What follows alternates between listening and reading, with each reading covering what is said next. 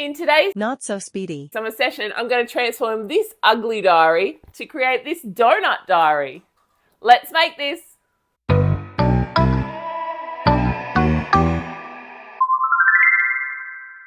My inspiration for this project is the decoration of journals. People go to such great lengths to decorate their journals, whether they're diaries or their journals of their thoughts and ideas. And I just think they do such a really good job of showing their personality or their creativity. And I would really love to do that for this project. I'm going to go for something food themed because this is my work diary. So just for something different, we're going to go with a donut. And I can't wait to see how it turns out. The materials I'm using today is just a regular A4 sized diary. So it's a 2025 diary, but as you can see, they're pretty ugly. I've got some pink self-adhesive book covering that I got from Officeworks for like 90 cents. Cheap as. I don't remember it being that cheap when I was a kid. What I wanted was some browny colour or a yellowy colour so that the bottom could be the book covering, but unfortunately they didn't have a colour that would work for a donut, so I'm going to use the pink for the icing. Then I've got my scrap vinyl folder because this is a great project to use up some scraps for the donut sprinkles. And then I've got some HTV Ront multi-pack, and there's some yellow in there which I'm going to use as the base of my donut. Today we're going to work in Design Space and we're going to grab a Google image. So to start off with, I'm just creating a shape that represents the cover of the diary. So I've gone to shapes in the rectangle and I've just hit on the unlock above the size there, and I've changed it to 20.5 by 30 height. And I've just changed the color mainly for the visual representation because we're not going to necessarily cut all of the components. So then I've gone into Google Images and I want a donut drip. So I'm going to change the cover of the diary to a donut. So I'm looking for a donut drip, and I'm then typed in donut drip transparent, and you can see here that we've got the checkered component when you just click on the image, and then when you go right click and view image in new tab, you'll notice that the background goes grey. So that means that it's transparent. Now for an image like this, you don't necessarily have to look for the transparent component because it is just kind of one click when we get into Design Space. But it's a really good habit to get into because if you find something that you want that's a bit more complicated or a bit more complex, it's kind of a bit nicer when you can find the transparent option. So I've just saved that into a file where I can get to it again. And then I'm going to go back into Design Space and I'm going to go to upload. Now I've found my image and you can see here that once I've uploaded it, all of the components in the background are transparent. So I'm just saving it as a single layer. And now that it is in the canvas, I've noticed that my drip's a little bit too skinny. So all I'm going to do is add a rectangle shape to my drip. So the top half of the diary is going to be a bit of a rectangle with the drip, and then the bottom half is going to be the drip. So I've just duplicated the rectangle for the diary, and then I've just shortened the original rectangle, and I've done a select both and I've done a unite. So that means that I've now got this quite long component of my drip, and then I've got the drip underneath. I don't actually want the pink component of this project. I want the yellow component. The reason is because I could only get yellow contact. I couldn't get a brownish color or a yellow or anything like that. So I'm going to cut the yellow. So I'm going to cut the actual reverse of the project. So I've highlighted both the drip and the background, and then I've gone to slice, and I've deleted all the components apart from the bottom component, so the reverse of the drip. Now what I've also done is I've grabbed a shape because I can see on the left and the right there's two little specks once I've deleted all of the components except for that bottom bit. And so there's two little dots, and I don't want the Cricut to cut those two little dots. So I've just grabbed a rectangle shape, and I've made sure that that rectangle goes over the top of the two spots. And I've just highlighted both components, and I've just done a combine and subtract. So now you can see those two little spots have now disappeared, and all I'm left with is the bottom part of my donut. The next thing I'm going to do is the date. Now, I'm going to do the 2 and the 25 in the font called Luckiest Guy. I think this is quite donutty, I suppose is the best way to put it, because donuts are like a bit of fun, so they're not, you don't want anything too formal. And because I'm going to actually use an image of a donut as the 0 in the 2025, I also want it to be quite a chunky font. So it's a matter of then positioning and making the 20 and the 2 and the 25 to the shape size that you want. So I've got a height of 4 centimeters. And then in the Design Space images, there is a good free donut for this project. It's not necessarily great for other projects, but for this one in particular, it's just got a little bite out of it. And it is a really great shape for the 0 in this situation. So I'm just going to add it to my canvas, and then I'm just going to position that. So I want to make sure that it is the same height as the 2 and the 25. So I'm going to change it to a height of 4.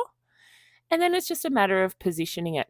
Now, I have tried here to align it in 2 ways. So the first alignment that I do is to align center vertically. And then I've gone to distribute horizontally, but you can see there that it didn't really work. So it's a matter of just doing a little bit of eyeballing. The distribute evenly horizontally should have gone along and made the 2, the donut, and the 25 all at the same distance apart, but unfortunately it hasn't done it for this. And then what I want to do is change the color of the 2, the donut, and the 25 so that it all appears on the same mat. And then my final job is to create my sprinkles. So I'm just using that oval shape there in the free shapes, and I'm just going to manipulate it to create a whole heap of different sprinkles. I've now just remade the background for the diary just so that I've got a little bit of an idea of the spacing of my sprinkles, but you don't actually have to do that component. It's if you just want to make a whole heap of sprinkles and then work from there, go for it. Not a problem at all. But I've just done it so that I can see how many sprinkles I actually need. Then I'm going to change the width of each of the sprinkles to 3 centimeters. And then I've just done an unlock to make the height of them 0.5. And now it's just a matter of duplicating that a number of different times until you've got enough sprinkles that you think you're going to need for your diary. So just keep duplicating. I don't know why I didn't just highlight a couple and duplicate it as a multiple, which you can do. So if I had just gone to the right hand side and clicked shift and clicked on a couple of different ovals, I could have duplicated a number at the same time. I was obviously just having a little bit of a holiday moment. But now I'm just really playing around, and you don't have to do this. You can just have a guess, but I just want to see if it's actually going to work, because in my head it works great, but I'm not sure whether or not it's going to work from a practical component. So I'm just having a little play around until we get to the design I'm after. So now that I'm happy with the number of sprinkles that I've got, I don't want to overcrowd it. I just want it to be, a little flutter of sprinkles. Then I'm just going to go to make. Make sure you save this project. It is a pretty good one, and you could reuse this over and over again every year if you like. So make sure you do save it before you move any further. Now that we're in make, we're just going to click on a regular mat. And I'm just going to move things around because I'm using a lot of scrap vinyl for this project. So I think I can probably fit the donut, all of the sprinkles, and the numbers all on one mat. And then it's just a matter of moving them around so they fit on where my different scraps of vinyl are. So I'm just going to manipulate those. And then when I hit make, I'm just going to choose regular vinyl. All of the components I'm using are just normal vinyl. There's nothing special or fancy to them. So I'm just going to hit regular vinyl and then we'll hit make.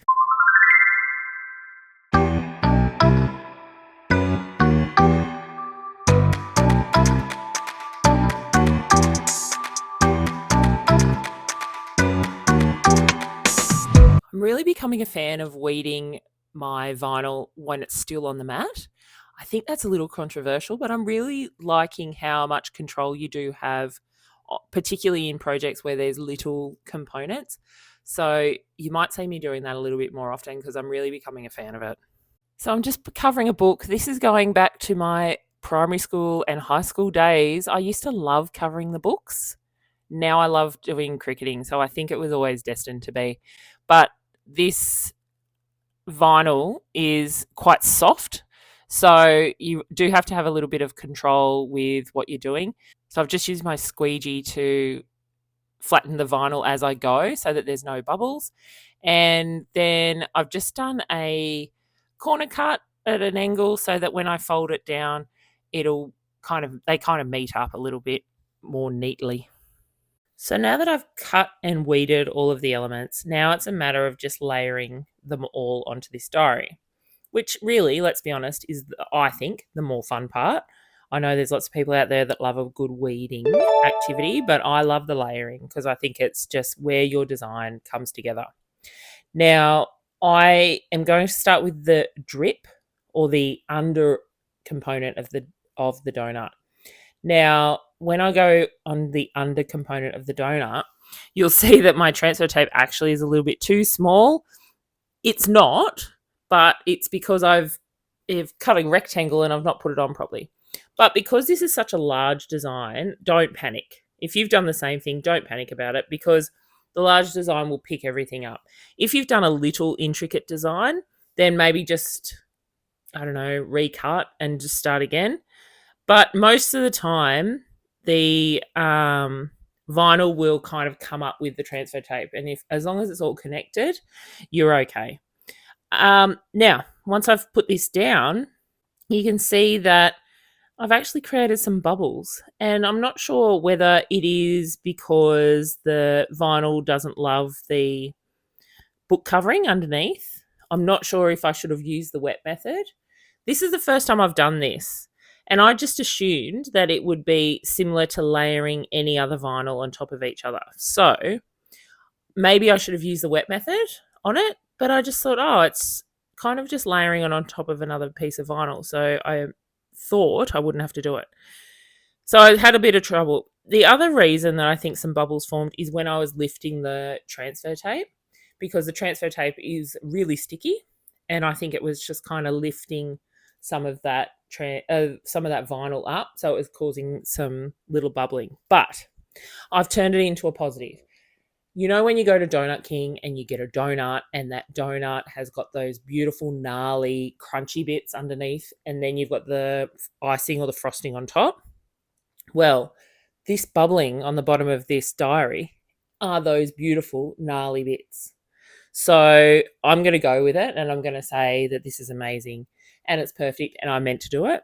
But maybe if you've tried the wet method in this kind of situation, let us know in the comments below and give us a few tips. But yeah, I don't know if that would have worked. Maybe in a future tutorial, I might try that out just to see if that would work. So the next step is now to put the numbers in. Now, there's a little bit of eyeballing that you can do here. I'm going to start with the 20 and the 25. Now, I didn't mention this, but when we're putting them on the mat, you've got to make sure that you attach things that you want to appear on at the same time.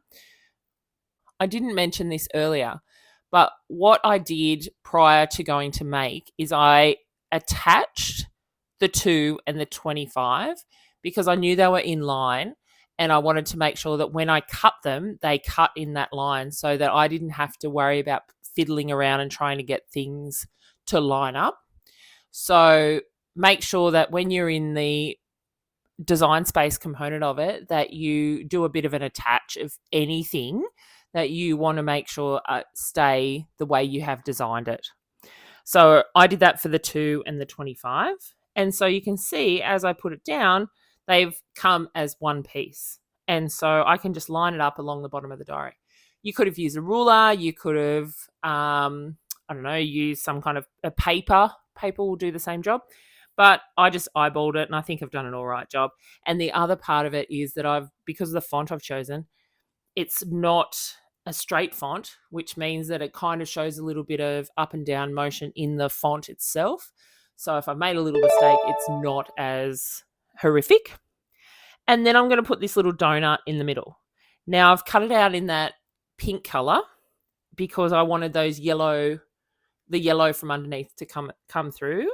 And I think it's done a really good job. I love how the yellow sprinkles show that donut. And I think it's a really awesome way of using a donut for a number. And then the final component is just adding all of these sprinkles. Now, I've just really freeformed this, but I've collected, you can see that I've got a piece of transfer tape that is the size of all of my sprinkles, and I'm just adding one at a time. Now, you could cut these sprinkles up and then transfer tape each of them. I'm just trying to be a little bit quicker, and thankfully it wasn't to my detriment. So I'm really just making sure that I press down one of those sprinkles. Now, if you pressed a second one down, you could always use like your weeding tool to lift that. But if you are careful, there is enough gap that I've created when I was putting them on the mat. There's enough gap there to just use one piece of transfer tape and then just lay them each down. Now, as I'm laying them down, I'm thinking about making sure that they're not all in the same angle. So I've got them kind of facing in different directions so that just like a donut, they're not perfect. We're not going in lines. We're not trying to create some kind of organization. We're going for organized chaos. Well, how cute is this final product? The only criticism I have, and my partner had the same kind of thoughts, was that because I used the pink as the book covering, when I've placed that yellow over the top, even though vinyl is so thin, it actually does still give a bit of a 3D effect. But, sometimes you've got to just go with what is available. Now, if you wanted to, you could have actually done this all vinyl, but what I wanted is the whole book to be covered, and I didn't want to use that much vinyl when I could have used a 90-cent bit of book covering. So I think that, yes, it does kind of look like the pink frosting is underneath our donut, but it still gives the effect, and I think it's a fantastic idea. I love it. I think this has turned out actually a lot better than I thought it would. Sometimes you have a vision in your head and you think, yeah, that'll work. And then it doesn't really work and you think, oh, that's disappointing. Well, this time it hasn't been that. I've been really happy with this. It matches my new Country Road bag and it matches that water bottle that we did last week. So I think it's just a real good theming of this year. So 2025 is going to be the year of the donut by the looks of it. A great project if you are a beginner. A great project if you want to use up your scraps. You can have as many sprinkles as you like or as little sprinkles as you like. So you could use up a whole heap of different scrap vinyls that you have in your stash to create this project. Well, thanks for being here for the Donut Diary of 2025. I can't wait to see you again next week for our last of our summer series. Thanks for watching. Please don't forget, you can always jump on my Instagram, head over to my Etsy store, or even check out the videos YouTube recommends for you down below.